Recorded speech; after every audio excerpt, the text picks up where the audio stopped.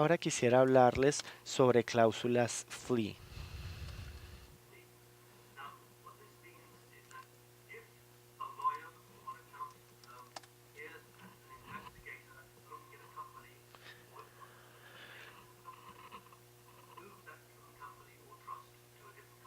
Y esto lo que hace es que estas cláusulas les permiten huir. En el caso de una investigación que se esté realizando en algún país, de esta forma pueden mover o transferir de forma inmediata a otro lugar esta operación.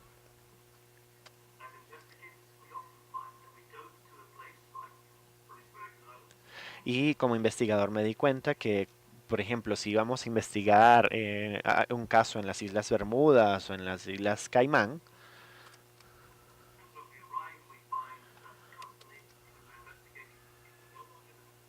lo que hallábamos era que esta compañía, la que íbamos a investigar, ya sencillamente no estaba operando allí.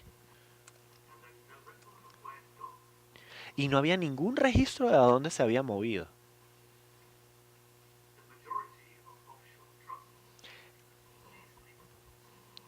La mayoría de estos fondos o de estas fiduciarias incluyen estas cláusulas de huida.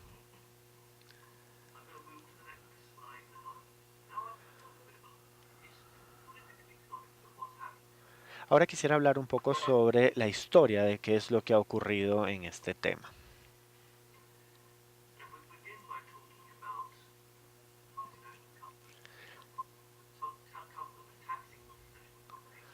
Y aquí tendríamos que empezar a hablar sobre cómo las compañías multinacionales han manejado el tema de los impuestos.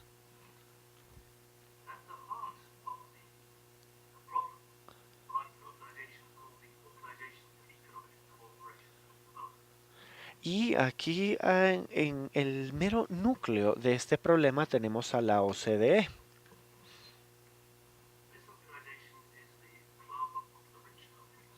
Esto funciona realmente como un club para países ricos. Y ellos son quienes crean las reglas. Ellos son los que crean estas reglas internacionales que rigen a las compañías multinacionales.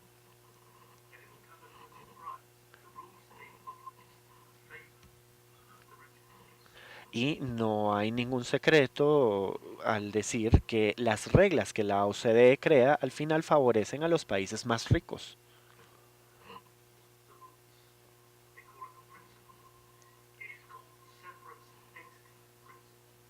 Y estas reglas acaban formando o convirtiéndose en principios que acaban regulando todo el ente.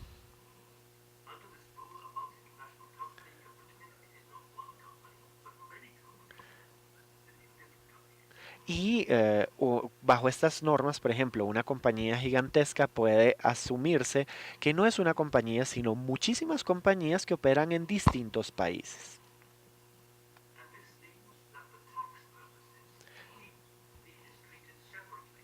Y esto quiere decir que para fines de impuestos, este tema es tratado de forma separada para cada una de estas compañías, de forma individual.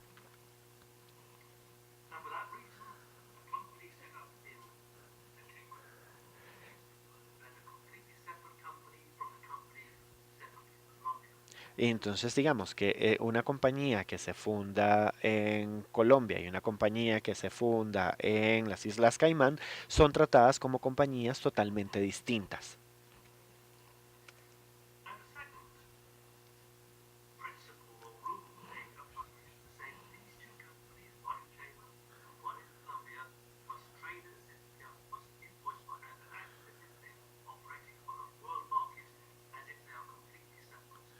Y la segunda regla que se generó en la OCDE es que estas dos compañías deben, la que se tiene en las Islas Caimán y la que se tiene en Colombia, deben comercializar entre sí y operar entre sí como si fueran entes totalmente aislados o separados bajo las normas del comercio internacional.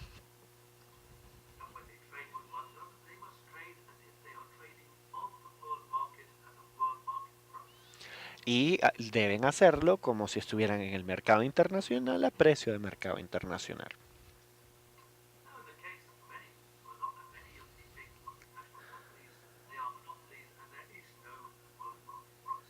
Pero lo que ocurre es que muchas compañías multinacionales operan como monopolios y por lo tanto el mercado internacional realmente no es tal cosa.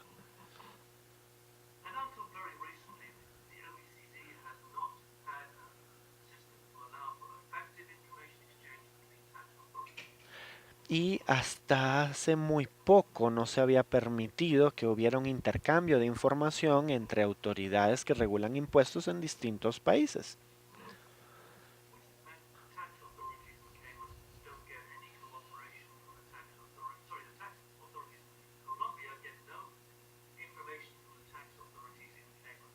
Y esto se traduce en que, por ejemplo, las autoridades de impuestos en Colombia no van a tener cooperación alguna con las autoridades de impuestos de las Islas Caimán.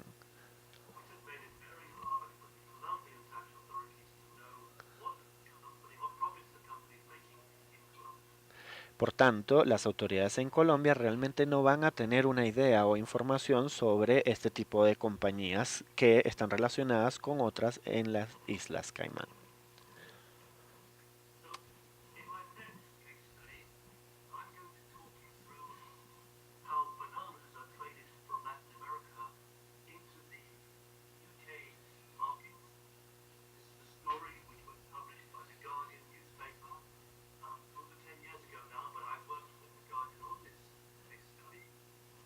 Ahora les voy a hablar sobre un caso de estudio sobre cómo se comercia los bananos desde Latinoamérica hasta el Reino Unido. Es un caso que fue publicado por The Guardian hace más de 10 años.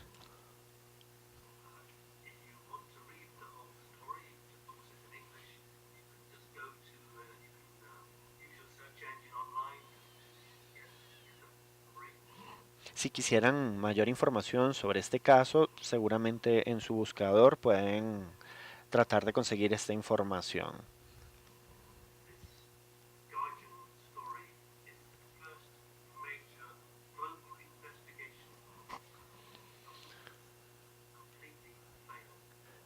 Y esta fue la primera gran investigación que reveló cómo en este comercio internacional las normas fallaron.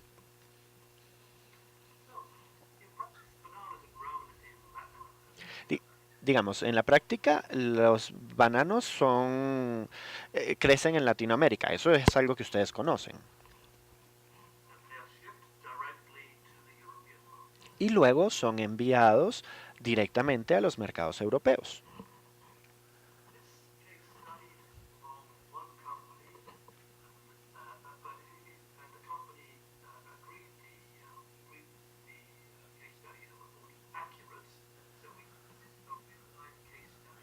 Y como les dije, este es un caso de estudio de la vida real en el que había una compañía que se encargaba de la exportación desde Latinoamérica hasta Reino Unido.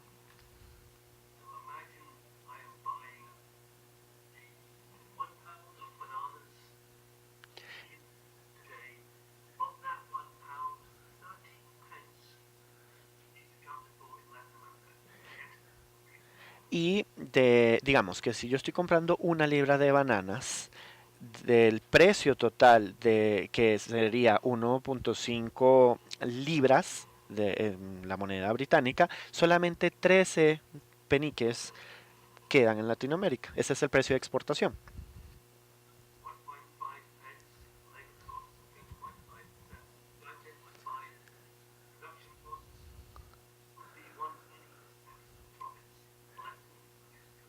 Y esto se distribuye de la siguiente forma. 1,5 peniques son costos de empleo, de costos laborales, 10,5 son costos de producción y solamente uno son, están sujetos a impuestos por ganancias o por ingresos.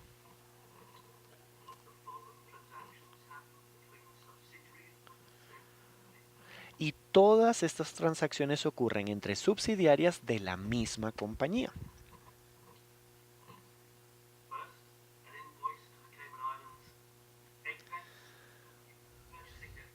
Primero se hace una transacción con las Islas Caimán por 8 peniques por el uso de esta red de compras, de comercio.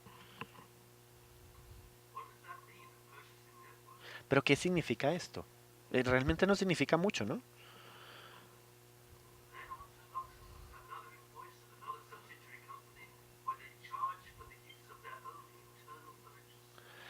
Luego se emite una factura a Luxemburgo por 8 peniques más por el uso de estos servicios financieros.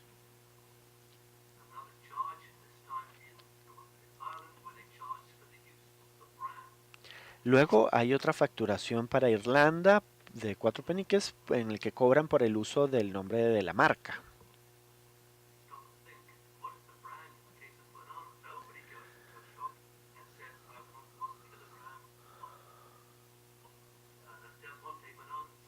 Ahora, ¿qué quiere decir esto de un nombre para bananos? Yo creo que nadie va a un supermercado y pide, no sé, yo quiero 1 kilogramo de bananos del monte.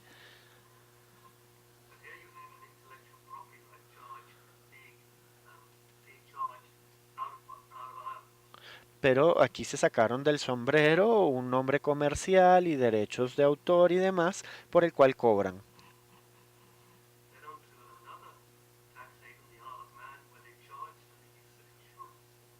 Luego hay otra facturación a Isle of Man donde cobran por la utilización de servicios de seguros.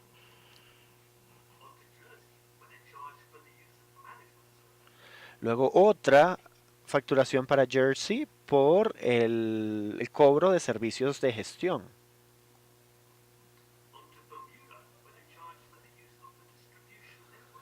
Luego vuelven y cargan a Bermuda por el uso de una red de distribución.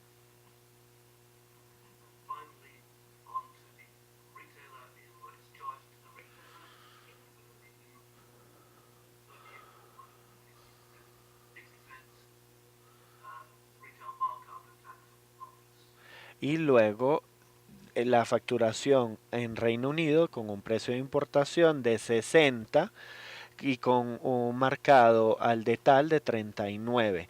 Al final solamente está sujetos a impuestos un penique.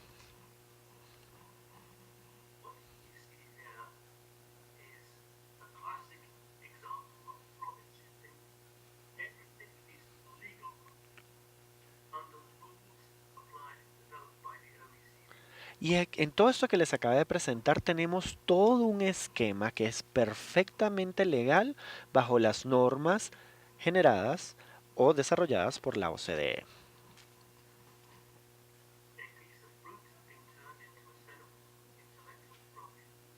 En donde, por ejemplo, sencillamente una fruta está sujeta a derechos de autor.